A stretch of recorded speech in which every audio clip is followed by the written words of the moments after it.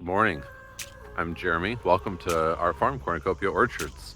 We're just headed up to feed the piggies. Got a little bit of slop to give them today, and it rained pretty heavy last night. I'll show you the field just behind me there. Perfect timing, and the last couple days have been great for that. All right, so we got some of the piggies' favorites here. Here, guys. Pig, pig, pig, pig, pig. They don't care for the peppers as much. They'll eat the carrot pieces once the sweet treats are done. Fruit in particular, banana peels are a favorite. Head over here and take a look at the field, nicely watered in. And you can still see the seed. The birds are eating some of it. We did not have time to rake it in. I mean, take a look at this field. Maybe you can. Turkeys. But yeah, about a half an acre, and it would take me quite some time to hand rake this with our heavy rake. So more rain for a couple of days, and then some nice sunny weather, 60s to 80s. Left ear, right ear. Left eye, right eye.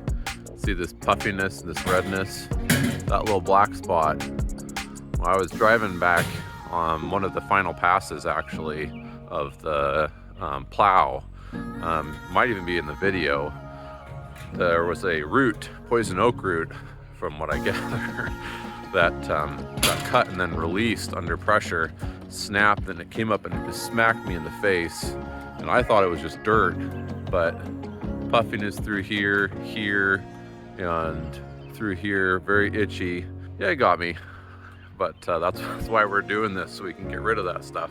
Morning, ladies. So these girls are 4 or 5 years old now, and their production peaked at about 2 years old and continues to decline. And it's still pretty good though. The problem we have with them is that we really, I got these nice mix of chickens, and some of them are ground layers, and that's the one thing I do not like about them.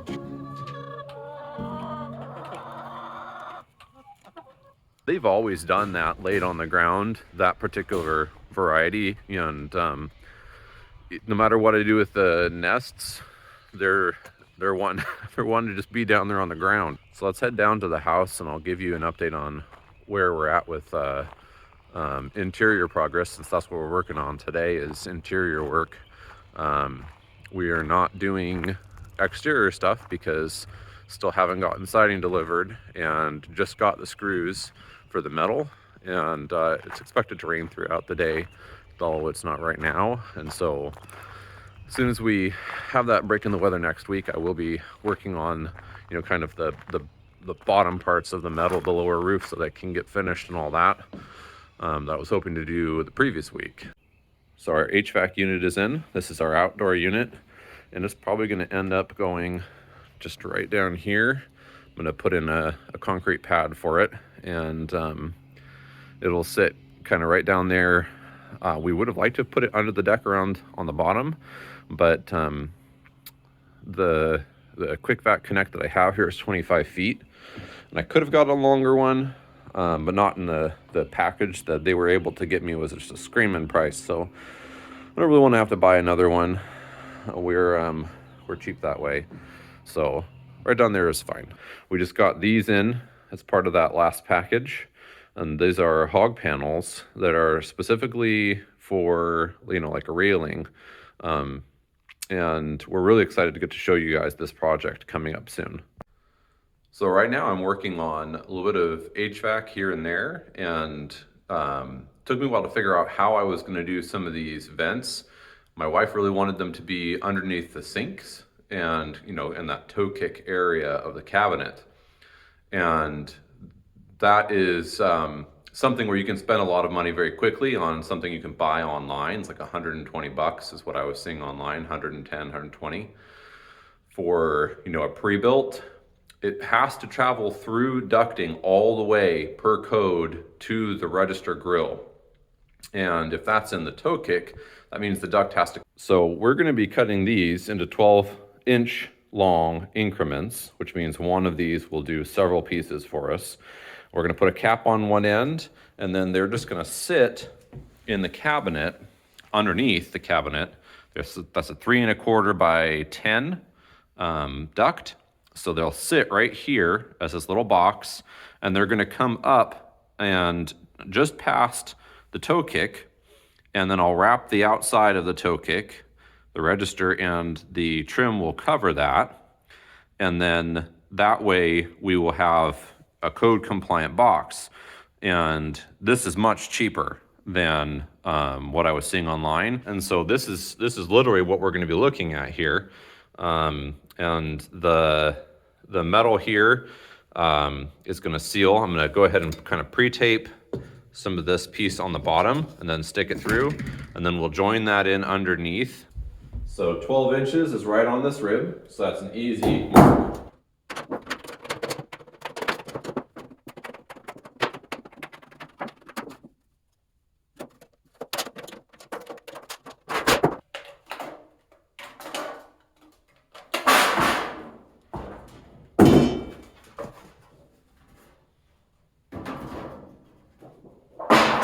So now we have these 3 pieces.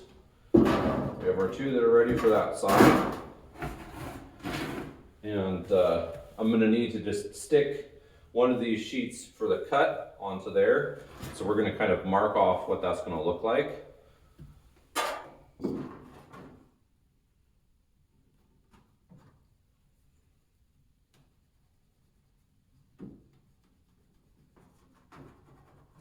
And I happen to have my puck, so I went ahead and dropped that and then just kind of scraped it to help give the exact outline.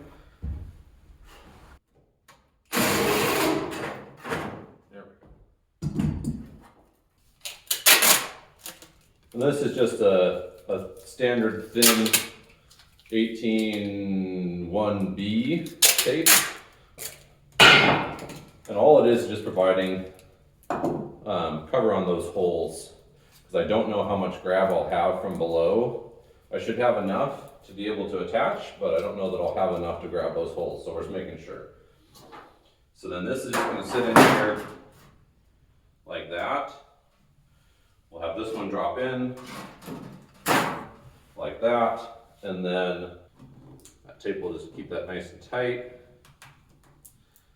And then this will hold it from being able to move very much. Cleat pieces that just push in. You want to make sure that you're flat to each other. Okay, so we have that. So this is how we're going to fit this. We're going to screw in here, and it's going to be the main piece on the outside, and then these 2 long wings will put on the outside and screw in there. We're just going to drive from the outside in, one on either end first.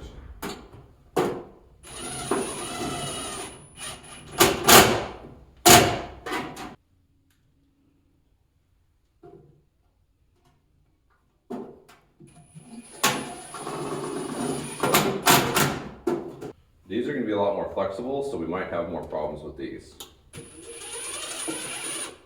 That's what I was thinking might happen.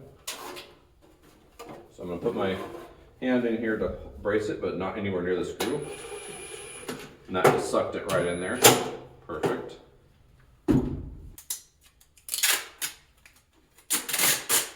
So I did tape the seams on either one of these corners. We have the tape to prevent the little holes that are inside there, like that one, from leaking out, just in case we don't get sufficient overlap on the underside of the subfloor. We have all the corners nicely taped up here on this edge, and these corners in particular I multi-taped. So I taped them multiple directions. So this piece is ready for prime time. Let's just drop it in the floor, and then when we're ready, we can connect them from below. That's roughly how I knew where this was going to go, from below. And then that just sits down there like that. It's going to sit pretty much just like that. That's right up against the toe kick. And, you know, even once we're installed underneath, I'll have enough wiggle room on this to be able to do that. It's just gonna sit. I'm not gonna screw it into the floor unless the inspector says I have to. Because it's gonna be attached, and we'll take those two outsides and wing them out against the toe kick of the under cabinet, and the grill just pops in there and you're good to go. All right, so we're downstairs now. This is the future island, and we currently have a hole cut and duct under the floor, and it's been that way since we did, you know, the whole first floor sheathing, because we thought we had to. Long story. Anyway, my wife doesn't want it there. She wants it coming out from under the cabinet, because that's just going to be too close to, you know, where the sink actually is right there. And she doesn't want it like blowing on you, being in the way. And what we'll be able to do is run out this end with a 10 3/4 and out this end with a 10 3/4. And that's going to offset it this way to about right there instead of over there, which is on the border, you know, almost to the sink. And, you know, then you're stepping on it and so forth and so on. This will just blow straight out and straight out. There it is. So I'm going to just take that, pull it up, cut the corners, pull the flaps over about an inch. And then, you know, once we've cut this hole and got this in place, then that will come up and it will sit like that. And I'll just screw down into this sheet metal, tape over it, and this one will be where it's going to be. Is joining these two in here. So there's obviously got to be a cut in right in here. And then there's the blind end cap that needs attached. So we're going to do this with sheet screws like we did upstairs. We're not going to do this with the drive cleats.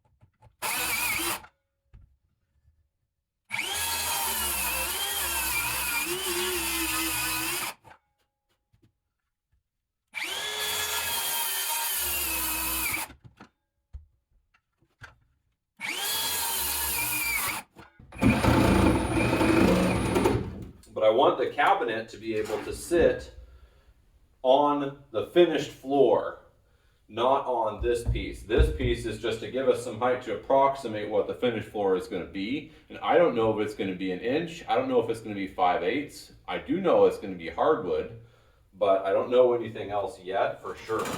And so this will allow me to have that 3/4 inch of spacing and get me into the realm that I need to be. And then the cabinet, you'll see I offset to the outside where the cabinet feet can go and sit on that finished floor board. So that's why this is the height that it is. And then, you know, I can shim or do whatever I need to and then make micro adjustments or let it ride to where it's going to end up being. We're just going to have to see, you know, what the toe kick depth is, and then I can trim that and adjust it. And then, you know, what the floor depth is exactly.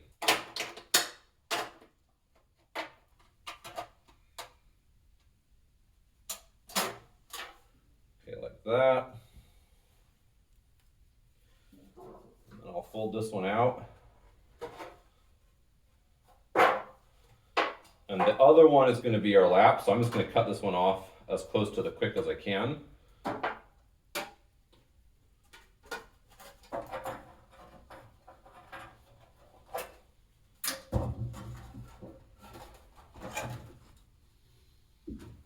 And we're going to go ahead and tape this side as well.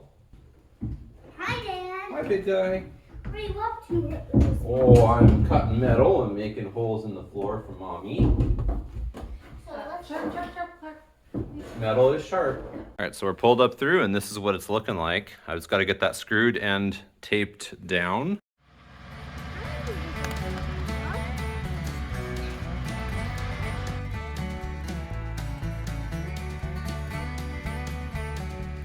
So a little tour of what we have in the garden bed this year that's up above the shop. That's kind of where we're focusing our first plant-in effort since we did so much on it last year. Let me show you what we have planted in right now. 4 apple trees in here. We have a golden Dorset, a Liberty, a yellow Delicious, and the last one's a pink Lady. And one of the things we're going to try and do with this bed is have some herbs. So Casey, help me out here. Oregano, sage over there, or is that thyme? Rosemary, sage, and thyme. So those ones I don't know as well as the fruit trees. And what she's watering in right now is a thimbleberry, which is actually native to our hillside here. And we're transporting them where they've got to be taken out. So we're hoping to get, you know, it'll never give us much in the way of berries, but it might give us a little bit, and that would be a lot of fun. So we've got quite a few planted in already up in here. Got a bleeding heart, Paulownia, that's our Paulownia specimen over there. We just planted in a lilac, and we have that's the lilac right down there. A snowberry, that's a native. We have a rhododendron. This is a native. It's a Saskatoon or service berry, and they're really pretty out in the forest. So we're hoping that in a year or 3 that will get to the point where it starts to flower around this time of the year. And we've got some bulbs planted in. And these 2 here are hazelnut clumps that we left in when we did all of our work in this area. And there's a maple that we're allowing to kind of live wrapped around this big old fir. We're hoping to get a clematis or trumpet vine, something like that, trained up that fir. And then what else are we planning on putting in here, Casey? Well, we just planted a lilac down by your feet. And this is a elderberry. Got a native honeysuckle that are transplanted from somewhere else that's going to climb up this maple. We have to wait and see how big everything gets this year, and then we'll have a better idea of what we can fit. Forgot sword ferns. We have a couple of sword ferns that are in this planting bed as well. That's another native plant to us. Just, you know, forest ecology. So in the end, our vision for this is to be a mix of food, some statements that aren't native, and then, you know, kind of a native to the hillside planting bed, representing a fair amount of what's here. So kind of just today where I'm working on assorted sundry things, but getting started on the furnace system now that we have this piece behind me here. This is a MrCool DIY Universal series. So most people are probably most familiar with MrCool from their ductless mini splits. This is not that. So we have the interior air handler or blower, not a furnace. And over yonder, just outside there, waiting for when I get around to that part of it, we have the heat pump. Right now I'm working on building its base. So I did find one that should be about the right size. You don't want them to be substantially different sized, or basically you want at least three sides of it to be pretty much matched up, so that you're transferring the weight down through the sides and not, you know, like a way bigger return air base, what this is called, or RAB, than your unit, and then all of that weight's going on the middle, not up against the sides. This box is basically comes to you not assembled in pieces so that it can fit into a little thin box like this, and you get it put together. It's nothing too complicated. Essentially, it's a series of S cleats attached to sheets, and then, you know, when you're attaching the top to the sides, you actually use these, they're called them S cleats. And it's two channels. One goes over the existing duct, which is a flat surface, and I'll show you that in a bit. And then the other one, you know, accepts the cap. Right now I'm putting what's going to be the top or the bottom, doesn't matter, on, and I'm going to go ahead and probably make this one the bottom. And then if I have it taped ahead of time, then I'm not going to worry at all about, you know, trying to get this sealed properly when we set it into place, and then we're doing all the extra stuff on the top. So this RAB, I'm going to seal it with mastic, and in this case a mastic tape, and I may put some extra layers around it later on once, you know, it's in place, but this will do for now. And I'm just going to treat this, you know, very simply, run the two sides like this, and all I'm really trying to do there, because this S-cleat is separate from the top cap. Top cap is fitting down into there. And so I'm gonna run one strip this way and then one strip on the side this way. And I'll show you what that will look like. So just to get this nice and tight and make sure that it's right in there the way I want it, you know, I started it off, ran the finger up here, and this is pressure sensitive tape, this mastic. And so I'm gonna just put some good pressure down as I go along. I can get the zip roller, and I may do that.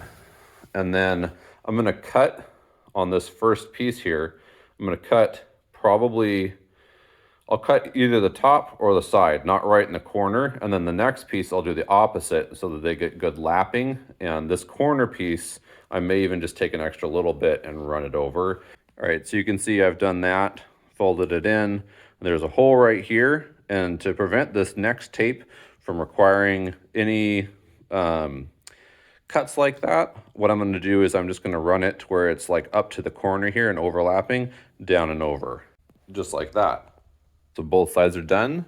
I'm going ahead and tape this corner. Just gonna do the same thing, running one up and over the top, and then we'll peel that one in to try and maintain that tape at the corner there, and then just fold it down, get it pressurized, and then take another one and wrap the side. So these tapes aren't really what you would call cheap, and I don't know that this is necessarily, you know, a best practice way to seal these off.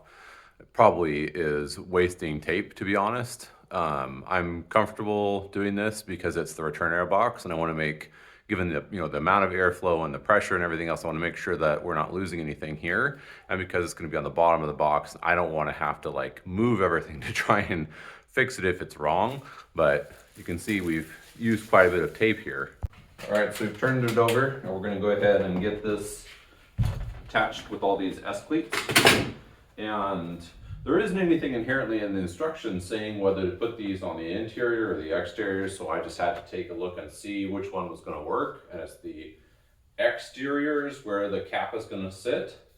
So we go ahead and find our S channel here and make sure that we're facing the outside. You may have to kind of open these up a little bit with a flat screwdriver.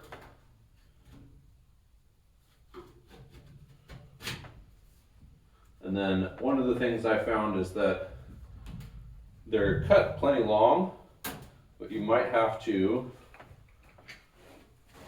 open it up on the edges here so that it'll come all the way down. See that? It's going to lap over that other piece there. Show you that again right here. There, now we're all the way down, and it's over that piece because of the size of the S-cleat, and that's fine. It's not going to cause any problems.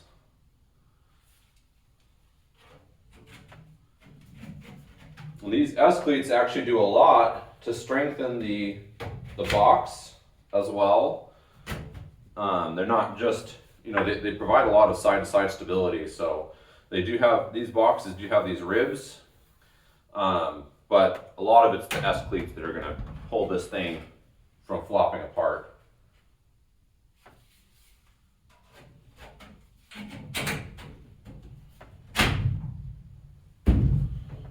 And last one.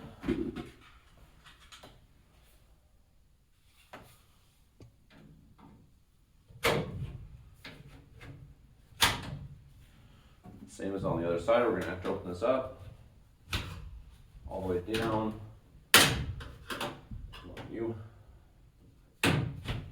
And all the way down. So we're just going to line this guy up and start it right here in the corner. And I'm going to work my way down one side. We're going in just fine. Now the other end's where it gave me a problem last time. So let me turn this box around so you can see this too. So this is bowing a little bit outwards. We've got to correct that to get this to go in. It is the right way to have it on the outside, as far as I can tell. You want it nice and tight, so there. Now we should just be able to thread this down towards the common corner. Nice and tight. There, just like that. This guy is going to sit on here and take up right to the edges pretty much when we end up cutting this in. And what that's going to mean is that I'm not necessarily going to want to tape the top like I did the bottom until this is installed. And then I will be sealing from below onto the machine itself, onto this box with that tape. So we're pretty much done here until we're ready to mount this on top of there. So this width and dimension mentioned for this unit, this indoor air handler, is 21¼ by 21¼ We don't have this one, we have this top one here. So here we are, here's our width, and 21¼ pretty much exact. So this is going to be perfect.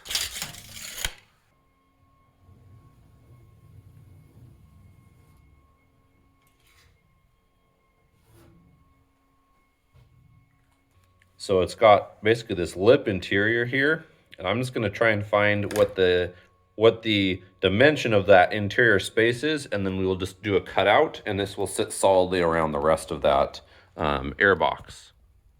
Thanks for watching. Hit the subscribe button for more, and if you enjoyed this video, please give us a like and leave a comment. It really helps us out a lot. See you next time.